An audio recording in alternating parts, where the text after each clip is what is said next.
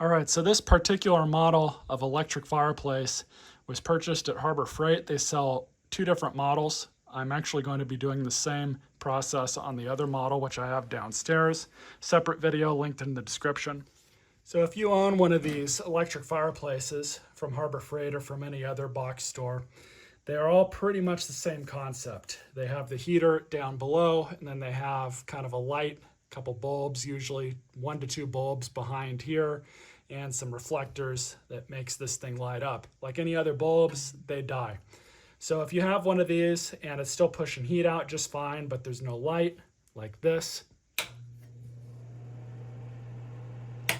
then your bulbs are most likely bad. So we'll go ahead and change it. And I'm replacing the light that's already in this machine with another 40 watt, except we're going with a dimmable LED bulb, B10, B11. It calls for a B10. The B11, like this one, is a little bit different in sizing, but it should still work fine. Of course, before we get too far ahead of ourselves, you can go ahead and unplug your machine. So on this model, you have 2 screws. We're going to go ahead and pull these out with a Phillips screwdriver.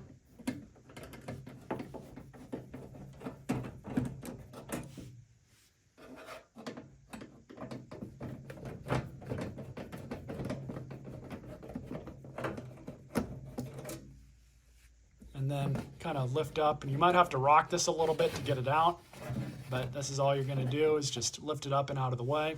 And as you can clearly see, there's our bulb. Unscrew it, just like that. A little bit different. So just screw it in. Now what's important about these is they are dimmable.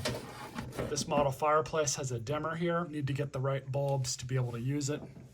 Screw both of these back in. You don't need to go in there super tight. Just enough so it's not going to go anywhere. So let's plug it back in.